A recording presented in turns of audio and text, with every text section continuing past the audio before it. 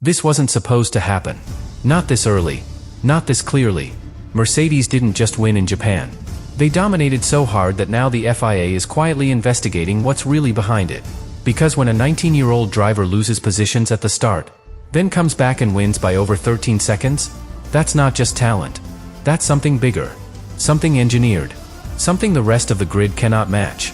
And here's the part almost nobody is talking about. During the race, Antonelli admitted he didn't even need to manage his energy system. The car was doing it for him. No adjustments. No compromise. No mistakes. Just pure performance every single lap. And in modern Formula One, that kind of advantage changes everything. Because while other drivers are fighting their cars, Mercedes drivers are fully focused on one thing: winning. 3 races. 3 victories. Maximum dominance. And now the biggest question in the paddock isn't who will win next. It's this: how is this even possible? And is it actually legal? Subscribe now, because what the FIA might uncover next could change the entire season. Everyone saw the result, but almost no one understood what actually happened. Because if you break down that race, corner by corner, lap by lap, the story starts to feel very different. Antonelli didn't dominate from the beginning. He lost positions immediately, dropped down the order, stuck behind traffic. For a moment, it looked like Mercedes had made a mistake. And that's important, because it created the illusion that everything was normal. But here's where things start to shift. While he was sitting there, unable to overtake, the data was already exposing something unusual. He was consistently faster than the cars ahead. Not by a small margin. By a gap that, on any other circuit, would guarantee overtakes. And yet, nothing happened. Lap after lap. Waiting. Watching. Calculating. And this is where most people miss the real detail. Because a driver doesn't stay calm in that situation unless he knows one thing. He knows the race will come back to him. That confidence doesn't come from instinct. It comes from information. From the car. From the system. From the strategy already in place. And then, right when the race reaches its most fragile moment, everything flips. The safety car. Now think about this carefully. This is where races are won or lost. Teams hesitate. They calculate. They second guess. But Mercedes didn't hesitate. They reacted instantly. One call. One stop. Perfect execution. And suddenly, the driver who couldn't overtake anyone is leading the race. Clean air. Fresh tires. Total control. But here's the detail that changes everything. This wasn't just a good decision. It was too perfect. Because under safety car conditions, timing is unpredictable. Gaps compress. Strategies overlap. Yet somehow, everything aligned exactly in their favor. And that raises a very uncomfortable question. Were they reacting? Or were they already prepared for this exact scenario? But it doesn't stop there. Because what happens after the restart is where the real dominance begins. And more importantly, where the investigation truly starts to make sense. The restart looked clean. Almost too clean. Because the moment the safety car pulled in, Antonelli didn't just accelerate. He disappeared. Within 2 laps, the gap was already beyond reach. Not built through risk. Not built through aggression. Built through something far more dangerous. Control. Complete, calculated, repeatable control. And this is where engineers across the paddock started paying attention. Because what they saw wasn't just speed. It was consistency. Every lap, almost identical. Every sector, perfectly balanced. No sudden drops. No overheating. No degradation spikes. Just a car operating in a window that others couldn't maintain. And here's the part that raised alarms. Suzuka is one of the most demanding tracks in the world. High-speed corners. Heavy load on tires. Constant energy management. Drivers usually fight the car there. But Antonelli wasn't fighting anything. He was flowing. Effortless inputs. Stable exits. Maximum traction. And while everyone else was managing limitations, Mercedes looked like they had none. That shouldn't happen. Not at this level. Not against the best teams in the world. Because even dominant cars have weaknesses. But the W17 didn't show any. Top speed advantage. Better tire life. Superior energy deployment. All at the same time. That combination is extremely rare. Almost impossible under strict regulations. And this is exactly why the conversation inside the paddock changed after the race. It was no longer about who had the fastest car. It became about how that performance was being achieved. Because when one car is faster in every single category, there are only 2 possibilities. Either they've built something revolutionary, or they've found something others haven't yet. And this is where the FIA enters the story. Not publicly, not aggressively, but quietly. Because the first step is always the same. Data review, energy deployment patterns, battery harvesting cycles, software behavior, and most importantly, consistency across race conditions. Because if a system is too perfect, it stops looking natural. And that's exactly what Suzuka looked like. Not chaotic, not unpredictable, but engineered to perfection. And the deeper the FIA looks into that system, the more one question begins to dominate everything else. Is this the smartest innovation in modern Formula One? Or the most sophisticated loophole ever created? And this is where the story takes a turn most people didn't expect.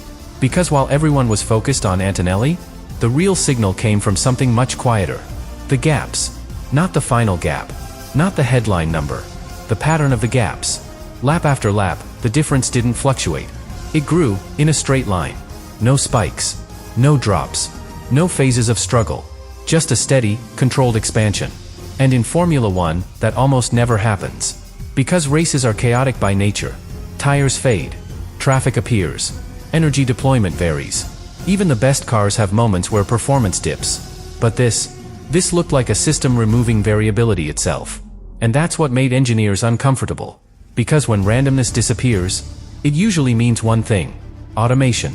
Now remember what Antonelli said. He wasn't managing energy. The car was doing it for him. At first, that sounds like an advantage.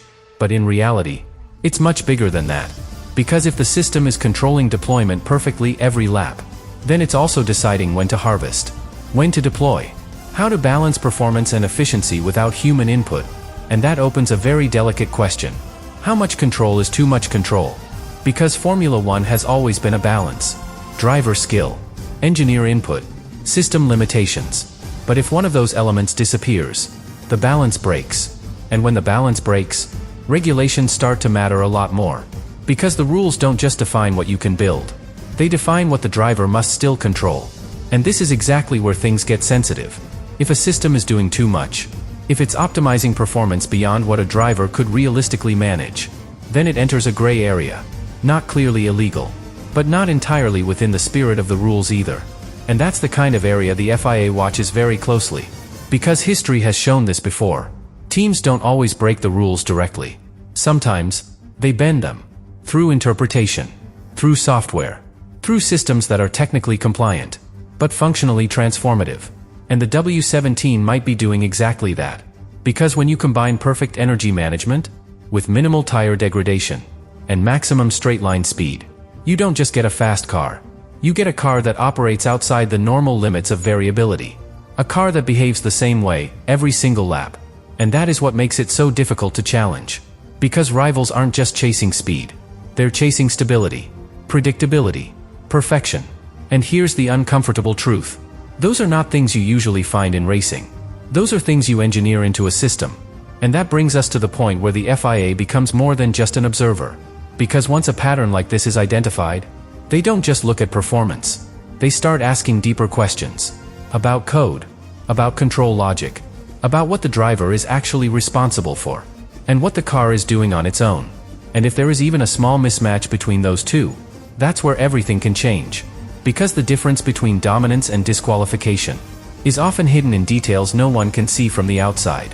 And right now, Mercedes is operating in a space where those details matter more than ever. Which leads to the biggest question of all. What happens if the FIA decides to look even closer and finds exactly what they weren't supposed to find? And if that happens, everything we've seen so far changes meaning. Because this wouldn't be the first time Formula One faced something like this. Not even close. There's a pattern in this sport. A team finds an advantage. It looks unstoppable. It dominates early. And then, someone starts asking the wrong questions. Think about it. Every era of dominance has a breaking point. Not always because the car gets slower, but because the rules catch up. Because the FIA eventually understands what they're really looking at. And once they do, they don't just observe. They act. But here's what makes this situation different. This isn't an aerodynamic trick you can photograph. It's not a visible component. It's not something you can protest just by looking at the car. This is hidden deeper. Inside systems. Inside software. Inside behavior patterns that only appear over time. And that makes it far more dangerous. Because the longer it goes unnoticed, the bigger the advantage becomes. Now imagine this scenario. The FIA completes a deeper analysis. They compare energy deployment across multiple races. They isolate patterns. They simulate what a normal system should look like. And then they compare it to Mercedes. If those two things don't match, even slightly, that's when a technical directive appears. Quietly at first. A clarification. A small rule adjustment. Something that, on paper, changes very little. But in reality, targets exactly one team. And suddenly, performance drops. Not dramatically. Not instantly. But enough. Enough for rivals to get closer. Enough for the gaps to stop growing. Enough for the illusion of perfection to crack. And if that happens, Suzuka will no longer be remembered as a dominant victory. It will be remembered as the peak. The moment before everything changed. But here's the twist no one is ready for. Because there's another possibility. A much more unsettling one. What if everything Mercedes is doing is completely legal? What if the system passes every test, every inspection, every line of the regulations? Then what you're watching is not a loophole. It's a breakthrough. A level of engineering the rest of the grid simply hasn't reached yet. And that would explain everything. The consistency, the control, the lack of errors. It wouldn't be suspicious. It would be inevitable. Because in Formula One, once one team finds the solution, everyone else is just chasing shadows. And that leads to the final piece of this story. The part that ties everything together. Antonelli, 19 years old, leading the championship, driving a car that removes complexity and turns performance into something almost automatic. That combination is not just dangerous for one race. It's dangerous for the entire season. Because if nothing changes, if no directive appears, if no weakness is exposed, then this isn't just dominance. This is the beginning of a new era. An era where the driver makes fewer decisions, and the car makes more. And the real question is no longer who is the fastest driver on the grid.